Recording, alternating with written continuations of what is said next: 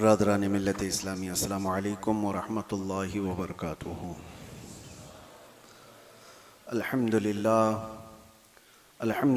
الحنان المنان الذي خلق الإنسان وعلمه البيان، والصلاة والسلام على رسوله سيد الإنس والجان وعلى آله وأصحابه ذوي الخير والإحسان، أما بعد فأعوذ بالله من الشيطان الرجيم، بسم الله الرحمن الرحيم، وكذلك جعلنا لكل نبي عدوا شياطين الإنس والجن يوحي بعضهم إلى بعض زخرف القول غرورا، صدق اللہ مولانا العظیم۔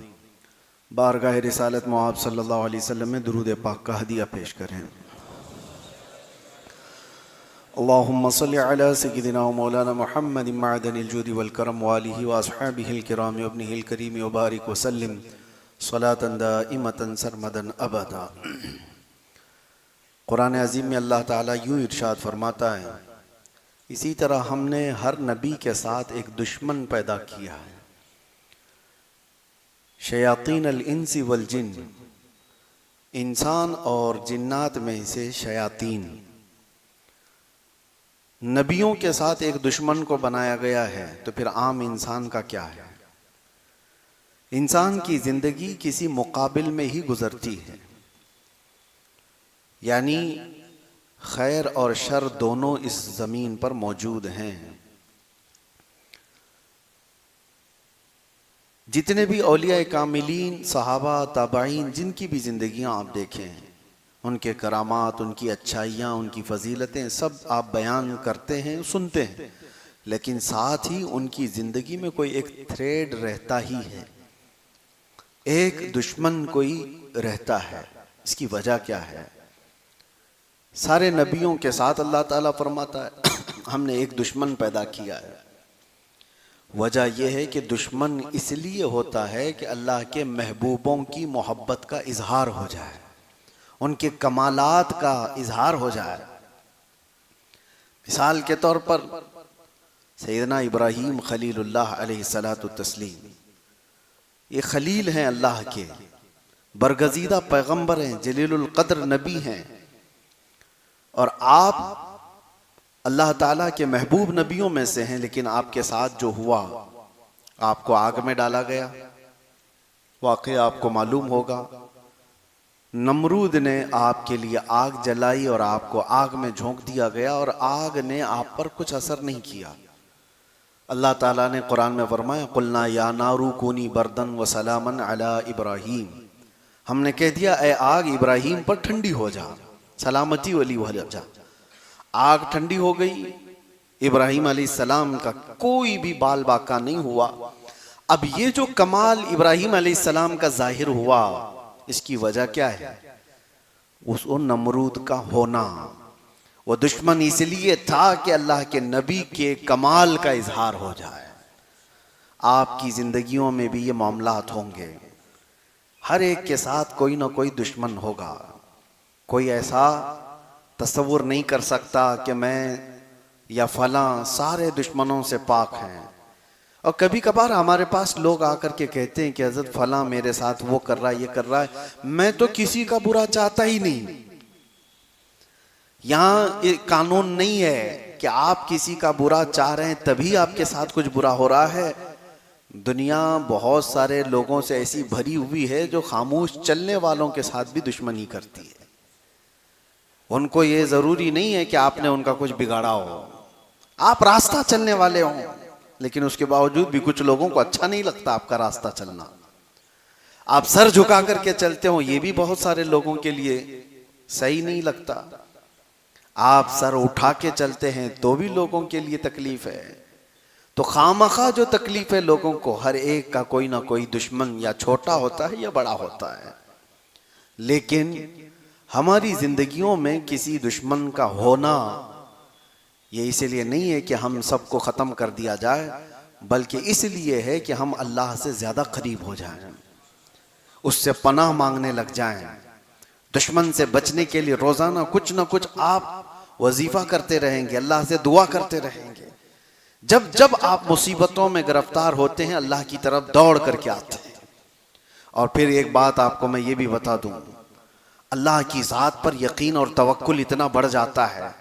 ہم مسلمان ہیں اس اعتبار سے میں کہہ رہا ہوں، دشمن چاہے جیسے بھی ہوں، لیکن مسلمان یہ سوچتا ہے کہ میرے رب سے بڑھ کر طاقت کس کی ہے.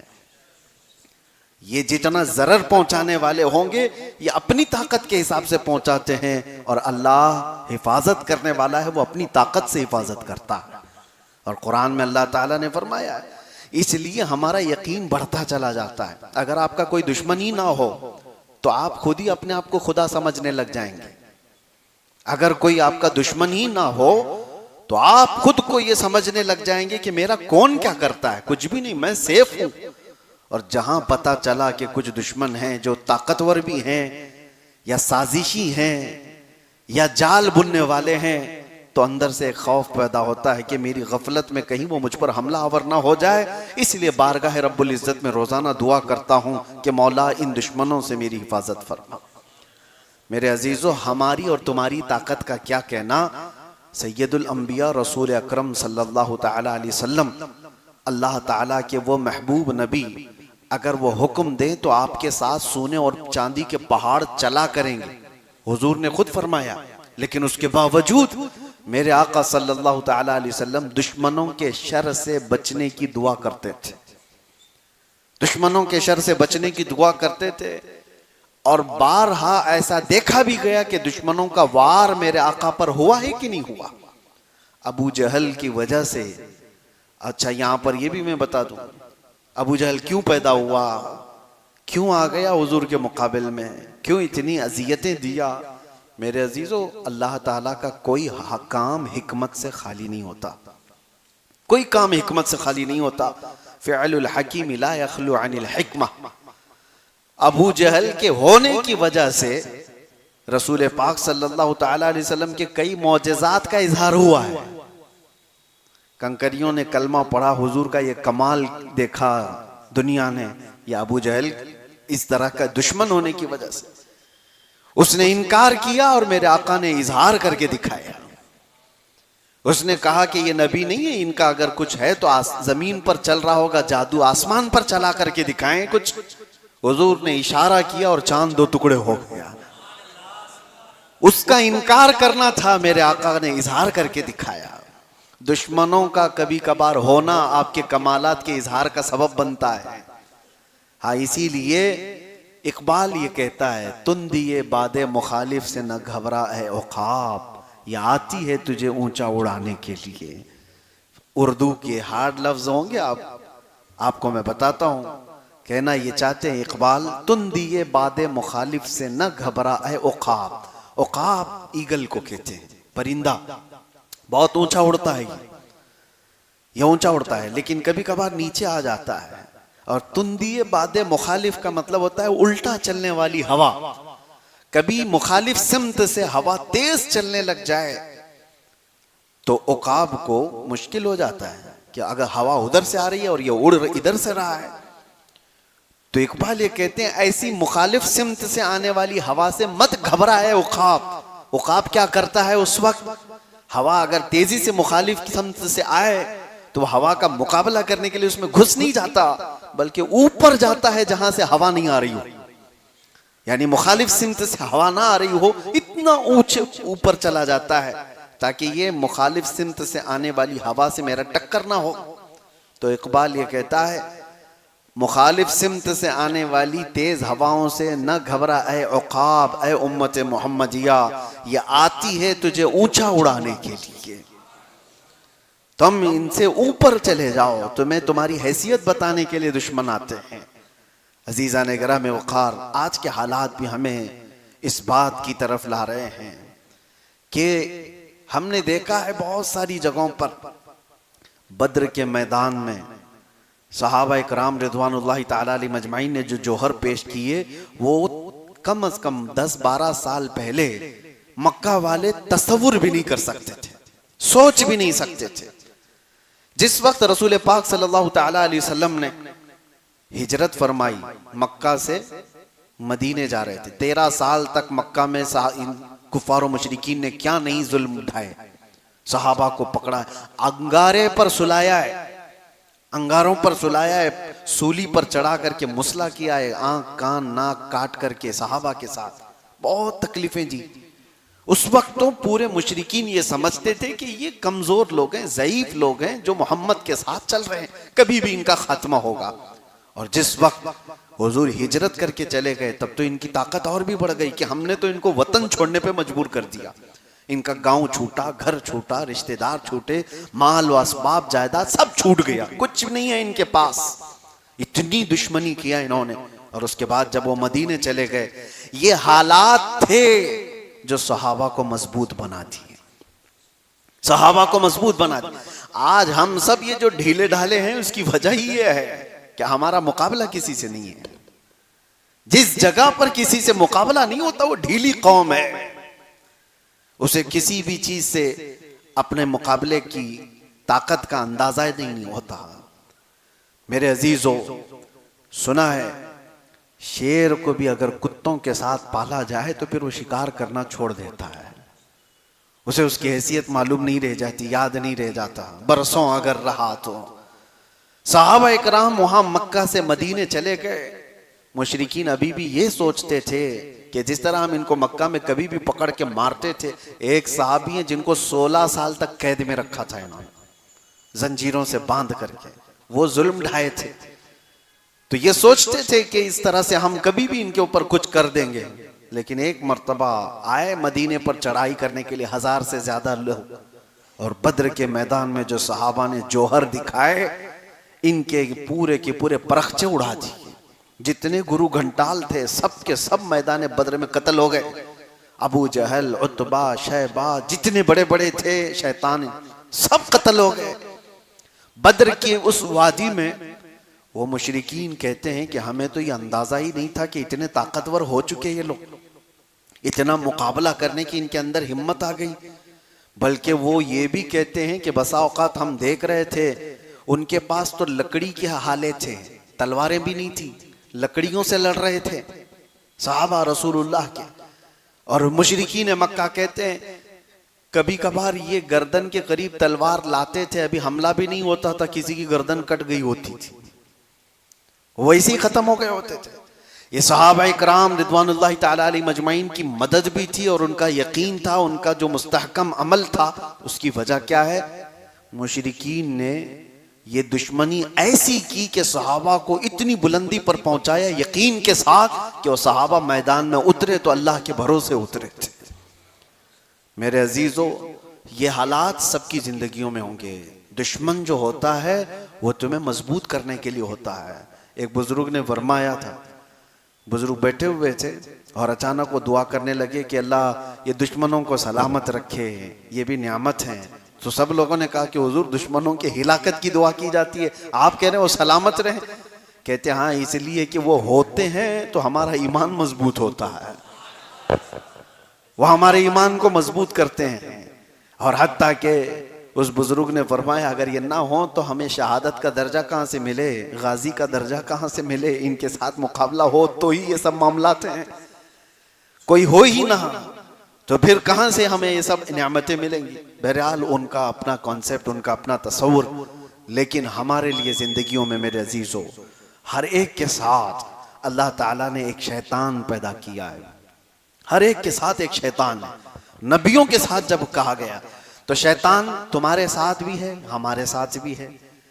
اب شیطان کی 2 قسمیں بیان کی گئی ہیں قرآن میں، ایک انسانوں میں سے اور ایک جنات میں سے۔ اور آپ نے سورہ ناس میں پڑھا ہوگا آخری آیتیں جو ہے الذی یوسوس فی صدور الناس من الجنۃ والناس، اس شیطان سے اللہ کی پناہ جو لوگوں کے سینوں میں دلوں میں وسوسے پیدا کرتا ہے، وہ کون ہے؟ من الجنۃ والناس، جنات میں سے اور انسانوں میں سے۔ اور اسی طرح بھی میں نے جو آیت پڑھی، اللہ فرماتا ہے وَكَذَلِكَ جَعَلْنَا لِكُلِّ نَبِيٍّ عَدُوًّا شَيَاطِينَ الْإِنسِ وَالْجِنِّ، ہم نے ہر نبی کے ساتھ ایک دشمن پیدا کیا، انسانوں میں سے اور جنات میں سے ایک شیطان۔ تو شیطان دونوں میں بھی ہے، انسانوں میں سے بھی ہوگا، جنات میں سے بھی ہوگا۔ بہت سارے لوگ یہ تصور کر کے بیٹھے رہتے ہیں شیطان کا مطلب دو بڑے سینگ والا ہوگا، بکرے کی منڈی والا ہوگا، لمبے بالوں والا ہوگا۔ شیطان کی ایسی کوئی شکل نہیں، شیطان تمہارے قریبی دوست کی شکل میں بھی آئے گا، جو تمہارے آس پاس ہیں ان میں سے کوئی شیطان ہو، اچھی شکلوں میں بھی ہوگا، اور جنات میں سے جو شیطان ہے وہ غائب ہوگا۔ لیکن یہ دونوں ہماری زندگی پر بہت اثر کرتے ہیں، بہت بری طرح سے اثر کرتے ہیں۔ یہ مسلسل خیر کے راستے سے ہمیں بھٹکانے کی کوشش کرتے ہیں۔ یہ نمازیں ہیں تمہاری، یہ دعائیں ہیں اور بزرگوں کی صحبتیں ہیں جو ان شیطانوں سے تمہیں بچا رکھی ہیں، ورنہ ان سے مقابلہ کرتے کرتے آدمی کتنے تو گمراہ ہو گئے، بھٹک گئے۔ کون ہے جو تمہیں اچانک بیٹھے بیٹھے بری خواہشات لا کر کے اس میدان میں لے چلا جاتا ہے؟ وہ شیطان ہے جو تمہارے ساتھ لگا ہوا ہے۔ تم اچھے بھلے تھے، مسجد میں بیٹھے ہوئے تھے، اٹھ کر کے گئے، پھر خرافات دماغ میں آئی، چلنا ہے فلاں جگہ پر گناہوں کے اڈے پر۔ کون لے کر کے گیا تمہیں؟ دو، یا تو ایک غائب لے کر کے جا رہا ہوگا، یا تو ایک کوئی حاضر ہوگا۔ حاضر ہوگا تو تمہارا دوست ہوگا، غائب ہوگا تو وہ جن ہوگا۔ یہ دونوں میں سے کوئی ایک تمہیں لے کر کے جا رہا ہے اور تم بھٹک گئے، بہک گئے۔ میرے عزیزوں، ان سے مقابلہ کرنے کے ہی لیے اس دنیا میں ہمیں بھیجا گیا۔ اور اللہ تعالیٰ قرآن پاک میں یوں فرماتا ہے، اہبطوا فإن لکم ما سألتم، نہیں، پہلے پارے کی آیت ہے۔ اللہ تبارک و تعالیٰ یوں ارشاد فرماتا ہے، آدم علیہ السلام اور حضرت حوا کو جب جنت سے اتارا گیا تھا، اللہ تعالیٰ فرماتا ہے وَلَكُمْ فِي الْأَرْضِ مُسْتَقَرٌ وَمَتَاعٌ إِلَىٰ حِينٍ، تمہارے لیے ایک مقررہ مدت تک یہاں پر ہم بھیج رہے ہیں دنیا میں، اور ہر ایک کو ایک کا دشمن بنا کر کے بھیج رہے ہیں۔ یعنی شیطان کو انسان کا دشمن بنا کر کے بھیجا گیا ہے، اس سے مقابلہ کرتے رہو اور واپس تمہیں ہمارے پاس آنا ہے اور ہم تمہارے اعمال کا سوال کریں گے۔ یہاں ہمیں جو بھیجا گیا ہے، مسلسل ہر دن ہم لڑائی میں موجود ہیں، ہر دن ہم لڑائی میں ہیں، اپنے ذہن میں موجود خیالات سے لڑ رہے ہیں، اپنے آس پاس کے حالات سے لڑ رہے ہیں۔ اور اگر یہ دشمن نہ ہوتا تو آپ اللہ کی ذات پر یقین کیسے کرتے؟ اس کی بارگاہ میں جھکنے کی اور دوڑ کر کے آنے کی آپ کے اندر جو تمنا ہے وہ کہاں رہ جاتی؟ اسی لیے میں نے شروع میں ہی کہا، اگر دشمن نہ ہو تو آدمی ڈھیلا پڑ جاتا ہے اور اسے کسی چیز کی حاجت ہی نہیں رہتی، ضرورت ہی نہیں ہوتی۔ میں نے ایک دانشور سے پڑھا تھا، جاپان والے لوگ، یہ توجہ سے سنیے، مچھلی کھانے کے بڑے شوقین، اور ویسے بھی اس طرح کے یہ جو لوگ ہیں چائنیز ٹائپ کے، ان کے ہاں مچھلی کا رواج زیادہ ہے۔ لیکن جاپانی لوگوں کا ان کی ایک عادت یہ تھی کہ وہ تازی مچھلی کھاتے تھے۔ تو ہوتا یہ کہ سمندر سے مچھلیاں پکڑ کر کے لانے تک وہ باسی ہو جاتی، مر گئی ہوتی، کیونکہ 2 دن 3 دن کے بعد مچھوارے آتے تھے بڑی مچھلیاں لے کر۔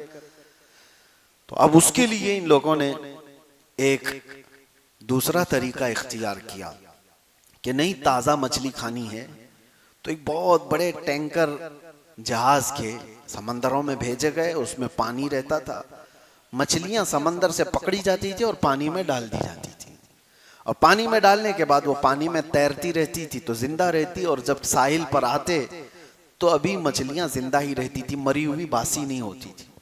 تو یہ چند دن تک چلا، لیکن یہ بھی فیل ہو گیا۔ کیوں؟ وجہ یہ تھی کہ لکھنے والے نے لکھا ہے کہ وہ مچھلیاں جو سمندر میں تیرتی تھیں اس طرح سے یہ ٹنکی میں نہیں تیر رہی تھی، یعنی چھوٹی جگہ تھی، پانی الگ تھا، تو وہ بھی سست ہو جاتی تھی، کاہل ہو جاتی تھی، زندہ تو رہتی تھی لیکن کاہل رہتی تھی، سست، اور یہاں آنے تک سست مچھلیاں ہوتی تھی۔ تو جاپانی لوگوں نے یہ کہا کہ سست مچھلیاں کھانے سے ہماری طبیعت میں بھی سستی زیادہ نہ آ جائے، ہمیں ایکٹیو چاہیے، حرکت والی۔ جانتے ہیں اس کے بعد انہوں نے ایک تیسرا طریقہ اختیار کیا، کہا کہ بہت بڑے ٹینکر کو تو لے جایا جاتا ہے مچھلیاں پکڑنے کے لیے، اب یہ حرکت میں نہیں رہتی، 1 دن 2 دن کے بعد یہ ڈھیلی پڑ جاتی ہیں۔ تو ایسا کیا گیا، ایک شارک مچھلی کو بھی پکڑا گیا چھوٹی، اور اس کو اس میں ڈالا گیا، اور چھوٹی مچھلیاں جو ہے اسی سے تو بھاگتی ہیں سمندر میں کہ یہ اپنا لقمہ بنا لیتی ہے۔ تو یہ شارک مچھلی ان کو دوڑاتی رہتی، جتنے کھا لی، اور جتنے بچ گئے وہ ساحل پر آنے تک بالکل ایکٹیو حرکت والی مچھلیاں ہوتی تھی، ان کو لے کر کے جاپانی لوگ کھایا کرتے تھے۔ تو اس دانشور نے کہا یہ واقعہ لکھ کر کے کہ یہ شارک مچھلی اس لیے چھوڑی گئی تھی کہ ان کو ایکٹیو رکھا جائے، حرکت میں رکھا جائے، اور یہ دوڑتی رہتی اور زندہ بھی رہتی، دوڑتی بھی رہتی۔ وہ دانشور کہتا ہے اسی لیے ہر ایک کی زندگی میں ایک شارک کا ہونا ضروری ہے، تاکہ وہ اسے دوڑاتا رہے اور وہ بھاگ کر کے اللہ کی بارگاہ میں آتا رہے۔ ہم سب کی زندگیوں میں ایک دشمن ہوتا ہے، اور اس دشمن کے ہوتے ہی ہم لوگوں کے اندر اللہ تعالیٰ کی طرف دوڑنے کا خیال آتا ہے، رب تعالیٰ کی پناہ مانگنے کا بار بار یہ احساس ہوتا ہے۔ آپ خود اپنی زندگیوں میں محسوس کرتے ہوں گے، ہم جس کے پاس بھی جاتے ہیں، کسی سے ملاقات کیا، کسی کے گھر میں گیا، سب سے پہلے وہ دعا کی درخواستیں کرتے ہیں۔ کیوں میاں؟ آپ خود بھی تو دعا کرتے ہیں، ہمیں دعا کی درخواست کیوں کرتے ہیں؟ اور پھر اگر تفصیل سے کہیں گے تو یہی کہیں گے کہ حضرت فلاں معاملات میں بہت گھر گیا ہوں، لوگوں کی نظر بہت ہے، آپ دعا کریں اللہ بری نظر سے بچائے۔ یہ کامن دعا ہے، سب کے لیے ہے، یعنی سب کو احساس ہے کہ کچھ لوگوں کی بری نظر ہے۔ بری نظر کا یہ تمہارے اندر جو احساس آیا، یہی احساس تمہیں اللہ کی بارگاہ میں پناہ مانگنے پر لے آتا ہے، اللہ کے قریب ہو جاتے ہو، اور اسی وجہ سے اللہ تعالیٰ نے بھی تمہیں مایوس نہیں کیا۔ قرآن میں اللہ فرماتا ہے فَلَا تَخْشَوْهُمْ وَخْشَوْنِي، ان سے مت ڈرو، مجھ سے ڈرتے رہو۔ لیکن ہے کہ اللہ کے پاس تو آؤ، دشمن تو ہیں تمہارے لیکن ڈرو مت۔ اللہ فرماتا ہے میرے دربار میں آؤ، اور اللہ نے 2 سورتیں اتاری، قُلْ أَعُوذُ بِرَبِّ الْفَلَقِ اور قُلْ أَعُوذُ بِرَبِّ النَّاسِ۔ میرے آقا صلی اللہ تعالیٰ علیہ وسلم پر جادو کیا گیا تھا، پتہ ہے آپ کو؟ حضور اکرم صلی اللہ تعالیٰ علیہ وسلم پر جادو کیا گیا تھا، ایسا سخت جادو کہ حضور کا جسم بخار سے پورا زرد ہو گیا تھا، اور پھر وہ پتہ بھی کیا گیا کہ کہاں جادو کر کے کیا کیا گیا ہے۔ آپ کا پتلا بنا کر اس میں سوئیاں یا پھر بال وغیرہ لگا کر کے جس طرح سے بھی جادو کیا گیا، حضور سید المرسلین صلی اللہ علیہ وسلم پر یہ اثر کیا گیا۔ اس کے علاوہ خیبر کے موقع پر زہر دیا گیا تھا، گوشت میں زہر رکھ کر کے حضور پاک صلی اللہ تعالیٰ علیہ وسلم پر جب یہ اس طرح کے حملے ہوئے تھے تو اللہ تعالیٰ نے معوذتین کو اتارا۔ معوذتین کس کو کہتے ہیں؟ قل اعوذ برب الفلق اور قل اعوذ برب الناس۔ کہا گیا جو اس کو پڑھ لے اللہ دن بھر اس کو جادو سحر سے محفوظ رکھے گا۔ تمہارے پاس یہ ہتھیار ہیں، تمہارے پاس یہ آلہ جات ہیں۔ بہت ساری جگہوں پر میں نے دیکھا، اس سے قبل بھی میں نے کہا ہے، آج کل یہ عام ہو گیا ہے، کچھ شیاطین ہیں روئے زمین پر جو انہی کاموں میں مصروف ہیں، ایک دوسرے پر حملہ کرنے، جادو سحر سفلی ٹوٹکے، یہ ساری چیزوں پر دوسروں کی زندگیوں کو خراب کرنے میں۔ اور آج کا سب سے بڑا حملہ جو ہو رہا ہے وہ ہماری بچیوں پر ہے، لڑکیوں پر ہے۔ کتنے تو ایسے دکان کھولے ہوئے بیٹھے ہیں جو محبت کا تعویذ کرتے ہیں، کسی لڑکی کو اپنے قابو میں کرنے کے اعمال کر کے دیے جاتے ہیں، یہ شیطانی اعمال کے ذریعے سے، اور لڑکیوں پر غلط طریقے سے اثر کر کے کتنے ایسے ہیں، میں نے خود میں دیکھا ہے، اچھی اچھے گھروں کی بچیوں پر یہ عمل کر کے انہیں اپنے کنٹرول میں کر دیا جاتا ہے، اور اس کے بعد ان کو لے جایا جاتا ہے۔ اور کچھ تو وہ ہیں جو شادی کر لی، اور کچھ تو وہ ہیں جو ان کو کوٹھے میں بیچتی ہے۔ بچیاں محفوظ نہیں رہتی آتی، اسی لیے میں اپنی لڑکیوں کو، اپنی بیٹیوں کو، سب کو اپنے گھروں میں بھی یہ تلقین کرتا ہوں، تاکید کرتا ہوں کہ روزانہ صبح اٹھتے ہی 7 بار قل اعوذ برب الفلق اور 7 بار قل اعوذ برب الناس پڑھ کر اپنے اوپر دم کر لیا کریں۔ اللہ تبارک و تعالی معوذتین کی برکتوں سے یہ شیاطین کے حملوں سے محفوظ رکھے گا۔ اور حضور اکرم صلی اللہ علیہ وسلم کی صحیح حدیث ہے بخاری شریف کی کہ حضور نے اپنے مدینے کی جو کھجور ہے، عجوا کھجور مشہور ہے، سارے حاجی جب جاتے ہیں تو عجوا کھجور لے کر آتے ہیں۔ بخاری شریف کی حدیث ہے، میرے آقا صلی اللہ علیہ وسلم نے فرمایا کہ جس نے صبح 7 دانے عجوا کھجور کے کھا لیے، اسے پورے دن زہر بھی اثر نہیں کرے گا، جادو بھی اثر نہیں کرے گا، سحر بھی اثر نہیں کرے گا۔ تو یہ سارے ہمارے پاس علاج بھی موجود ہیں، تو آپ صرف دشمنوں سے گھبرا کر ڈر کر کے ہمت نہ ہاریں۔ اب آخری بات یہ بھی ہے کہ اولیاء کاملین کی زندگیاں اس میں ہمارے لیے بہت بڑا آئیڈیل ہے، بہت بڑا آئیڈیل ہے۔ حضرت فخر الدین رازی بہت پائے کے بزرگ تھے، امام المنطق کہلاتے تھے، امام الفلسفہ، علوم کے ماہر تھے، لیکن جب آپ کا آخری وقت آیا تو شیطان ان کے سرانے پر آیا اور کہنے لگا کہ رازی تم اللہ کو ایک مانتے ہو، اس کی کوئی دلیل ہے؟ انہوں نے دلیل دے دی، کائنات کا نظام اس طرح سے ہے، اس کو چلانے والا ایک ہی ہونا چاہیے۔ شیطان نے اس دلیل کو کاٹ دیا، کہا کہ دو بھی تو ہو سکتے ہیں، میری دلیل یہ ہے۔ آپ نے پھر دوسری دلیل دی اللہ کے ایک ہونے پر، شیطان نے وہ دلیل بھی کاٹ دی۔ 1 2 3 دلیلیں دیتے دیتے امام رازی 360 دلیلیں دے چکے تھے۔ آخری وقت تھا ان کا، امام رازی اپنے اللہ کے ایک ہونے پر 360 دلیلیں دیں۔ ہم کیا دلیل دیں گے؟ آپ کیا دلیل دیں گے اللہ کے ایک ہونے پر؟ مرنے کے وقت تو چھوڑو، ابھی بولو، ابھی اگر کوئی پکڑ کے پوچھ لے کچھ نہیں ہوگا۔ امام رازی جیسا عالم دین جب وہ 360 دلیلیں دے چکے تو ڈگمگ ہونے لگ گئے، اللہ ایک ہے بھی کہ نہیں۔ شیطان اس طرح کے حملے کر رہا تھا، یہ تو ان کی نسبت کا اثر ہے کہ حضرت سیدنا نجم الدین کبریٰ جو فخر الدین رازی کے پیر و مرشد تھے، پیر و مرشد سے نسبت کا یہ اثر ہوتا ہے۔ دور سے ہی مرشد نے اپنے مرید کی حالت کو دیکھا اور پکار کر کہا اے رازی وہ ابلیس ہے، تو اس سے بحث کر رہا ہے، اپنے خدا کے ایک ہونے پر دلیل دے رہا ہے، اس سے کہہ میں اپنے خدا کو بغیر کسی دلیل کے ایک مانتا ہوں۔ تو رازی کو اپنے پیر و مرشد کی آواز آئی تو انہوں نے کہا اے ابلیس لعین، میں اپنے رب کو بغیر کسی دلیل کے ایک مانتا ہوں۔ شیطان وہاں سے جانے لگا اور کہا رازی اس موقع پر میں نے 70 سے زیادہ بڑے علماء کا ایمان لے لیا تھا، آج بھی تیرا ایمان ختم ہو جاتا اگر تیرا پیر زندہ نہ ہوتا، اگر تیرا مرشد اس طرح کی بات نہ کیا ہوتا۔ عزیزان گرامی وقار، اولیاء کاملین ان کے ساتھ بھی یہ معاملات ہوئے، حملے ہوئے شیاطین کے، لیکن کچھ چیزیں ایسی ہیں جو بچا لے جاتی ہیں۔ ہمیشہ علم ہی نہیں، بعض اوقات بزرگوں کی صحبت اور ان کی نسبت ہماری حفاظت کرتی ہے۔ اسی لیے اعلیٰ حضرت فاضل بریلوی رضی اللہ تعالیٰ عنہ نے اپنے علم پر، اعلیٰ حضرت کا جیسا علم آج کے زمانے میں کون مثال لا سکتا ہے، جو 55 علوم و فنون کا ماہر ہو، فتاوی رضویہ جیسی 30 جلدوں کی مکمل کتاب ہمارے پاس، قرآن کا ترجمہ کنز الایمان کی صورت میں، عشق رسول سے بھری ہوئی حدائق بخشش، زندگی پوری قلم چلاتے چلاتے جس کی گزری، اور ایک نہیں بہترین شاگرد پیدا کر کے پوری امت پر احسان کیا، علمی بڑا کام کیا، لیکن فخر اس پر نہیں کیا کہ میں نے اتنی کتابیں لکھ دی، میں نے فتاوی رضویہ لکھا ہے، میں نے حدائق بخشش لکھی ہے، میں نے کنز الایمان لکھا ہے۔ نہیں، یہ ساری چیزیں نہیں۔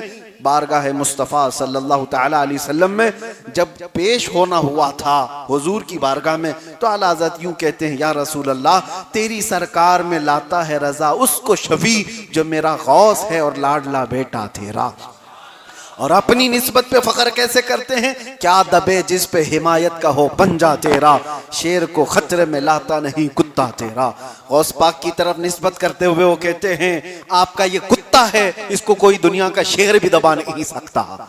غوث پاک کے دربار کی نسبت پر فخر کیا، یہ نہیں کہا کہ میں بہت بڑا عالم دین ہوں، بہت بڑا فقیہ ہوں، مجھے کون کیا ہرا سکتا ہے، بلکہ یوں کہا غوث پاک کے دربار کا کتا ہے، اسے دنیا کا کوئی شیر بھی دبا نہیں سکتا۔